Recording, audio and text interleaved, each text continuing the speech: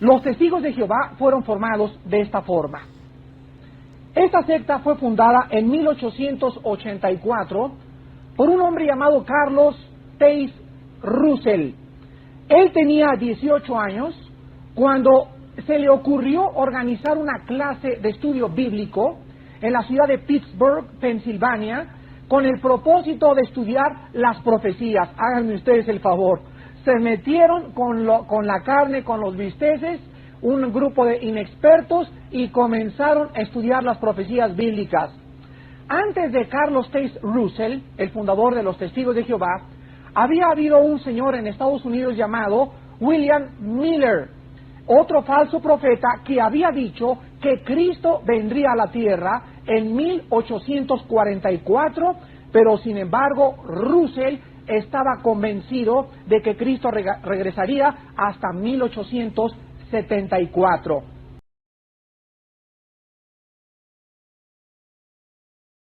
La Biblia es un compendio de 66 libros, sellados por el Espíritu Santo. Nadie, cuando se cerró el canon de la Biblia en el siglo I, le puede agregar nada, y nadie le puede sustraer o quitar nada. Entonces, todo lo que Dios tenía que decirnos acerca del futuro está en la Biblia. Ya no hay tal cosa como que pues tal profetisa dice que en agosto del 2017 viene un terremoto, o que soñé, cuídate con las pizzas que cenas. Y estamos invadidos en el internet, profetas, profetisas, etcétera, etcétera, que dicen esto, que dicen aquello, extra bíblicamente. Pues que soñé que el terremoto de México, que va a pasar esto, que tal presidente va a ser de la República, y que el presidente que acaba de salir, un profeta, dijo que iba a salir hace 4, 5, 6 años, y atinó. Son adivinanzas, simplemente adivinanzas. Nostradamus le atinó al 40% de lo que dijo. Y hay una ley en la Biblia que dice que el que no cumpla 100% de lo que se está anunciando es un falso profeta. Entonces Dios, para concluir, ya no tiene nada que decirnos del futuro, ni del infierno, que subí al cielo, vi a Jesús, viajé al infierno, recorrí las guaridas del infierno, vi a Adán en el cielo, vi a San Pablo, ¿verdad? Allá, todas estas cosas que llenan el medio cristiano, tenemos que tener muchísimo cuidado. Muchísimo cuidado si no tienen su fuente y su origen en las Sagradas Escrituras.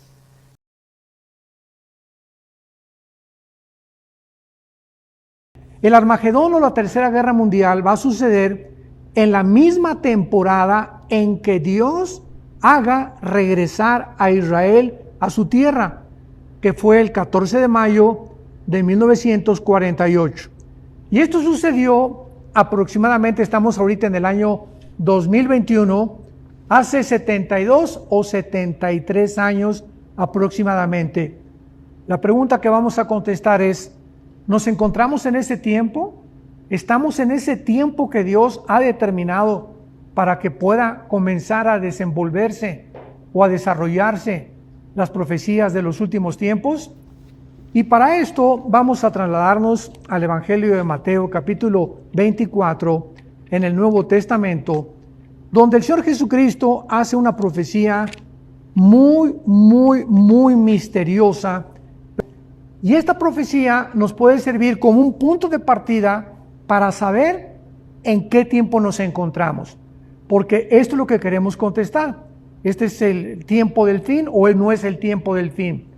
Y en Mateo 24, versículo 32, después de que Jesucristo hizo todo un enlistado de que habrá guerras, rumores de guerras, pestes, hambres, terremotos en diferentes lugares, y Él haya especificado que sería el principio de las tribulaciones, no la tribulación, que son los 7 años donde el anticristo va a gobernar. No, Cristo está diciendo que esto es antes de la tribulación. Entonces Jesucristo, más adelante, en el versículo 32, cuando acaba el enlistado de las señales que acaba de mencionar, hace una profecía usando una parábola de la nación de Israel, para que ya pudiéramos nosotros, los que nos encontramos en estos tiempos, saber exactamente a qué se refería Jesucristo. Y dice así: de la higuera, Mateo 24:32. De la higuera aprendan la parábola. O sea, una parábola es algo que se usa para compararse con otra cosa. Entonces aquí está usando Dios algo que tenemos que comparar con la otra cosa que vamos a mencionar a continuación. Aprendan ustedes de esta parábola lo siguiente. Es lo que Cristo nos quiere decir. Cuando ya su rama está tierna y brotan las hojas, saben que el verano está cerca.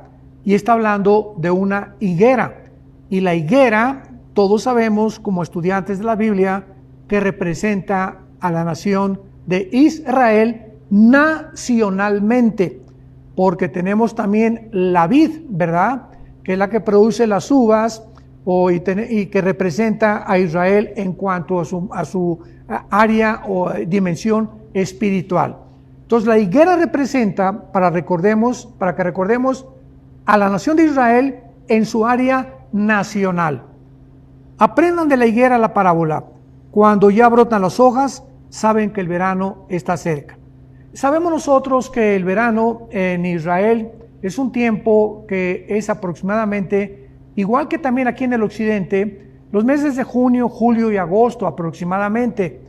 Y casi siempre todas las higueras, o sea, es el árbol que da higos. En nuestra casa, aquí en Toluca, el Estado de México, en la República Mexicana, tenemos una higuera. Ahorita, por ejemplo, me acaban de cortar varios higos que cayeron de nuestra higuera, y aunque no se encuentra en el tiempo específico, la higuera es un árbol maravilloso, porque también hemos visto en el Antiguo Testamento que los higos, el fruto de la higuera, es de carácter medicinal. ¿Se acuerdan de aquel rey que un profeta le dio higos para sanar su enfermedad del estómago? Así que pues estamos aquí ante una parábola maravillosa donde Cristo nos está alertando que cuando Israel comenzara a renacer nacionalmente, ¿qué es lo que significa? Cuando vean que las hojas comienzan a brotar, el verano está cerca. Así también ustedes. Cuando vean todas estas cosas, ¿qué cosas? Las señales que acaba de mencionar anteriormente. Cuando vean todos ustedes estas señales, conozcan que está cerca a las puertas. Y aquí a continuación, el versículo 34 nos dice algo que es donde al principio yo dije que se encerraba un misterio. ¿Qué es lo que Cristo nos está diciendo con esta parábola? Que el 14 de mayo de 1948, ante los ojos expectantes del mundo entero, ante la mirada inaudita, incrédula de la mayor parte de los ateos, antropólogos, etcétera, etcétera, vimos que una nación como Israel, de lo cual vamos a hablar en la próxima conferencia, que fue esparcida en casi 2000 años, desde el año 70 después de Cristo, se reunió en un solo día, el 14 de mayo, para constituirse como un Estado libre, soberano e independiente. Esto en la historia nunca jamás había sucedido. No hay una sola nación desde Caín y Abel, desde Adán y Abel y desde el principio del huerto del Edén hasta nuestros días, que se formaron primero los gobiernos, los patriarcados y después los estados-naciones y después las naciones. No ha habido, repito, en la historia algo semejante que haya sucedido como sucedió el 14 de mayo de 1948. Y esto nos muestra claramente algo que tenemos que investigar y es a lo que vamos a continuación. Cristo nos está diciendo que no iba a pasar una generación de 1948 hasta que se cumplan las señales que acabamos de ver en Mateo capítulo 24. Y la pregunta más importante ahora es, ¿cuántos años dura una generación? Porque las generaciones en el Antiguo Testamento han variado de diferente forma. Por ejemplo, en Génesis capítulo 15, Dios le dijo a Abraham que iban a estar una generación en Egipto. Y ahí es una generación 100 años. Y sabemos también, ¿verdad?, que antiguamente el hombre vivía más tiempo que en la época en que estamos viviendo.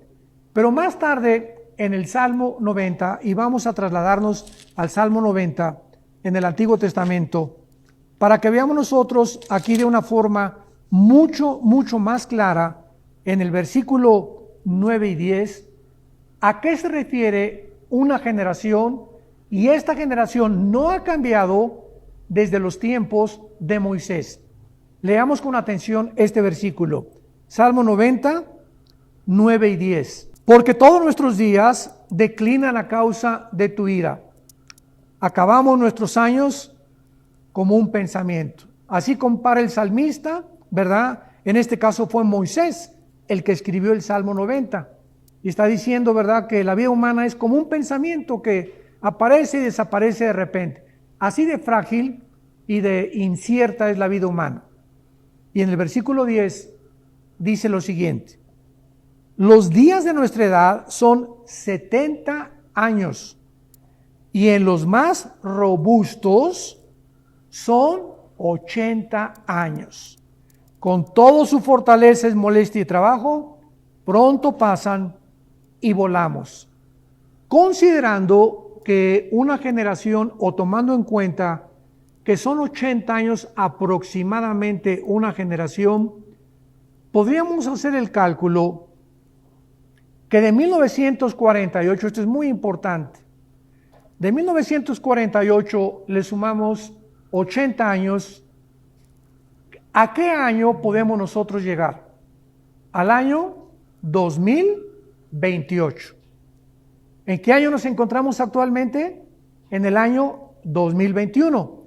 Y aquí quiero adelantarme, no estamos poniendo ninguna fecha, como dice la Biblia, el día y la hora, nadie la sabe, pero Jesucristo nos advirtió en Mateo capítulo 16, hablándole a los tercos e incrédulos fariseos, que por qué no podían ellos calcular las estaciones, porque si vemos el cielo cuando está lleno de nubes negras y sabemos que va a llover, no sabemos que 1 minuto, 2 minutos, pero el hecho que esté aborrascado el cielo nos habla claramente de que va a llover.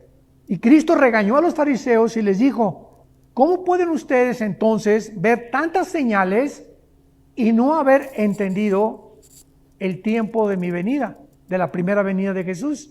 Entonces Cristo quiere que nosotros no estemos desapercibidos ni estemos completamente ignorantes de las señales que ya tenemos a nuestro alrededor, para poder darnos cuenta que sí nos encontramos en el tiempo del fin. Ahora bien, regreso a lo anterior. Si del 48 al 2028 son 80 años, vamos a quitarle 7 años de la tribulación. Sería el año 2022. Si esta generación de 80 años que dijo Jesucristo se cumple en el 2028, o sea, en el 2028 sería su segunda venida. ¿En qué día, en qué mes? No sabemos.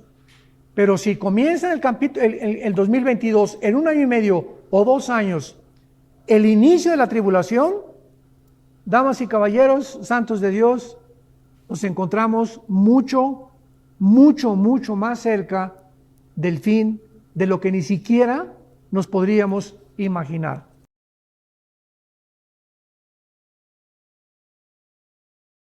Muchos de ustedes saben que en estos últimos días se ha desatado una controversia en varias redes sociales por causa de una declaración equivocada que yo he hecho al haber establecido un año específico para la segunda venida del Señor Jesucristo.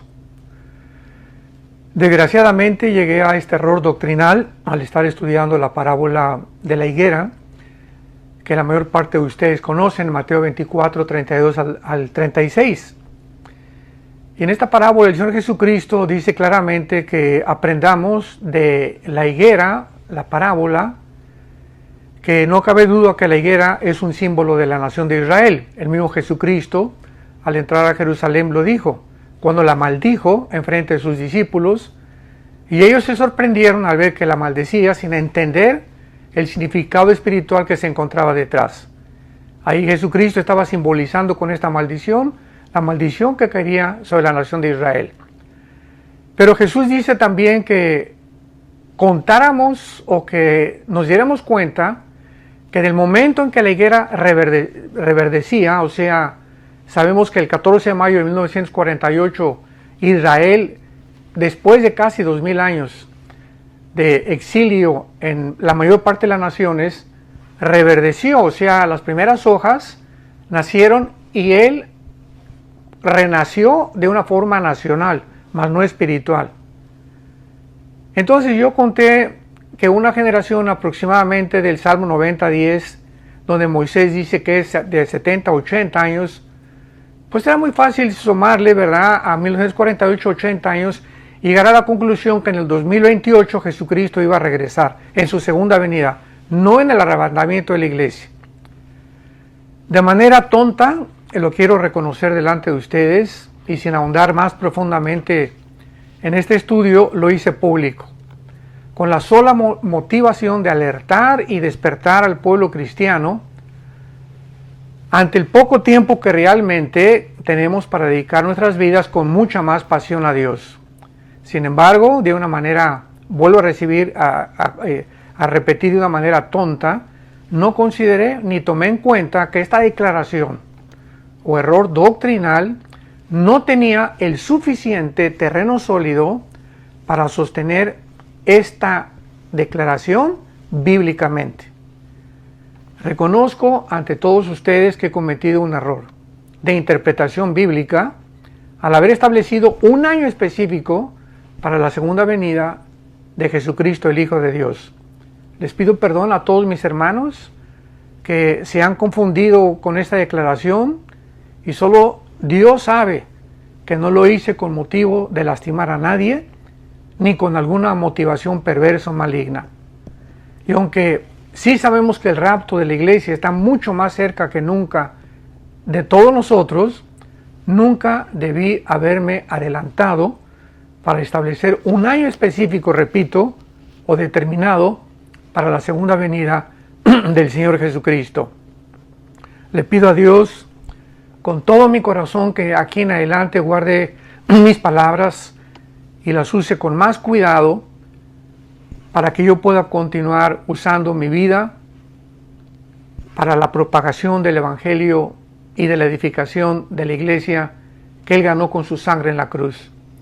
Les pido perdón una vez más por este grave error mío de interpretación bíblica, y dentro de nuestra organización continuaremos manteniéndonos y esforzándonos para continuar predicando y enseñando la sana doctrina que nos ha caracterizado durante los últimos 46 años que llevamos de ministerio.